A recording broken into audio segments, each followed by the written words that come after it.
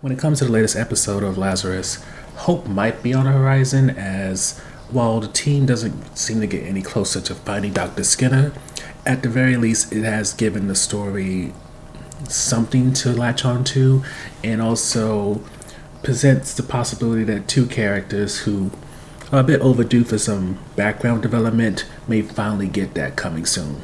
So getting to the recap, while we have reached so many dead ends when it comes to the Dr. Skinner investigation, find out where he is, through Naga's memories in mind, they're able to get coordinates which lead to 4 different locations. The Maldives, Manila Bay, Tavula, and also the Sakashima Islands. Being that Lazarus somehow has the money to, it sends off Doug, Leland, Axel, and also Chris to these different places. And as usual, after spending all this money, planes, cars, and all that, adding on to the issues that's happening in the world, including one of the last bits of North Pole being melted, what ultimately happens is while the team of Lazarus interacts with the locals and they learn about a specific gene that the locals have that probably led to Hapner, they don't get any closer to Dr. Skin and find out where his whereabouts are. At this point, it just seems like with every case or every episode, they learn more about Dr. Skinner, learn about what led up to him developing Hapner, but unfortunately, as for the man himself, he still, for what we know, is a ghost who could potentially already be dead and just pre-recorded that message out.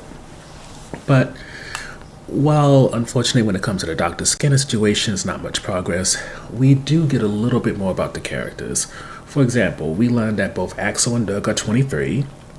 Leland is 16 of all ages, which makes his part in this very eyebrow-raising for why did Hirsch, who is this notable doctor, who even worked with Dr. Skinner that we learned in this episode, why would she recruit a 16-year-old, never mind two 23-year-olds for such a major task?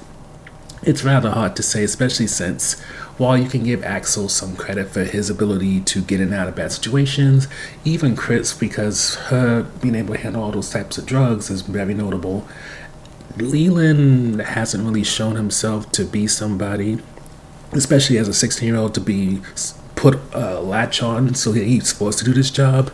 And Doug, as capable as he is as a team lead, again, there's this sense that because he wasn't built up that well, why would you pick him of all people? And he's only 23, so it's not like we're going to suddenly get a rush of stuff that he's done that makes it so that he's deserving of the position. But getting to the point, we learned from Elena, who's looking into the Haag Institute, which is where Dr. Skinner worked with Dr. Hirsch and probably made most of the major developments with Hapner. She learns about their connection, and when it comes to Hirsch's benefactor, or financer possibly, Abel, we learn that he was well aware of Hirsch's relationship with Dr. Skinner. And when I say relationship, I don't know if it's romantic or not, but there is this push that she wasn't expecting to be iced out or for Dr. Skinner to potentially disappear on her or just not tell her anything. Similar to what we saw with the president and CEO of the medical company that has been releasing Hapner. But as much as we get a hint of what Hirsch has with Dr. Skinner, and we get little bits and pieces about details when it comes to Doug's age, Axel, and also Leland, probably the most interesting thing that is actually being more promised and just teased is the fact that we may get Chris's backstory in the next episode. And with her accidentally running into a woman who seemingly has a very complicated relationship with her, this might be the do or die point when it comes to really giving us a very interesting and cool storyline, especially backstory when it comes to a character after the disappointments that we got with Elena and also Doug. So, getting to the review section, as we've been talking about throughout the recap, Lazarus has not really done well by giving us something to latch on to, especially when it comes of the next episode. But between what could happen with Chris when we get properly introduced to her former friend, when it comes to Hirsch and getting some interest in what happened between her and Dr. Skinner, and also getting some kind of clue in about her relationship with Abel, there is something to look forward to rather than what kind of happens in at least the last few episodes where it feels like they failed to get any information that took things further and that's it. And then they're kind of starting off fresh each episode. Even to the point, like we said in the last episode, they were looking into a 15-year-old magazine for some possible clues, which still boggles my mind considering if Hirsch and Lazarus has all this money to send their people far across the world, he was really using a 15-year-old magazine for some type of hint or clues. It just doesn't match up and make sense. But alongside that, I'm trying to, as I stay committed to the show, try to turn things into a positive. Like when it comes to the way Dr. Skinner is presented, he's somebody who we've just finally seen in recorded videos. We haven't seen him actually talk for himself in any real rich way, especially in live action prison time. Live action is probably not the best word, but point of the matter is, I'm trying to take it as by presenting Dr. Skinner as a villain to begin with, and then pouring in that he's an environmentalist, how he's not a scientist who's all in it for the money or for the fame. He just wanted to help people, but unfortunately, people didn't want to help themselves.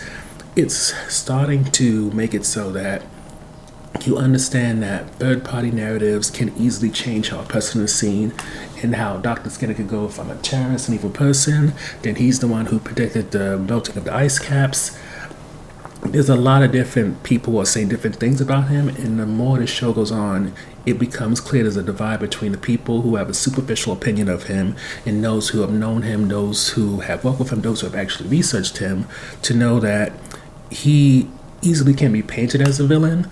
But considering all the people who might have known about Hapner and what it could do, all the tests that gone on, there is a question of at what point did maybe Dr. Skinner no longer feel the need to be involved in Hapner or didn't want to be, and because of his benefit from it, that's why he used what could be considered blood money to him to help other people. Meanwhile, he washed his hands of it in this whole release of you guys have 30 days thing. Maybe it's less so a reveal that is supposed to be like a warning in terms of him being big evil, and more so a warning of the stuff that the medical companies was never going to tell anybody because they didn't want to be involved in the lawsuits and all that comes with it.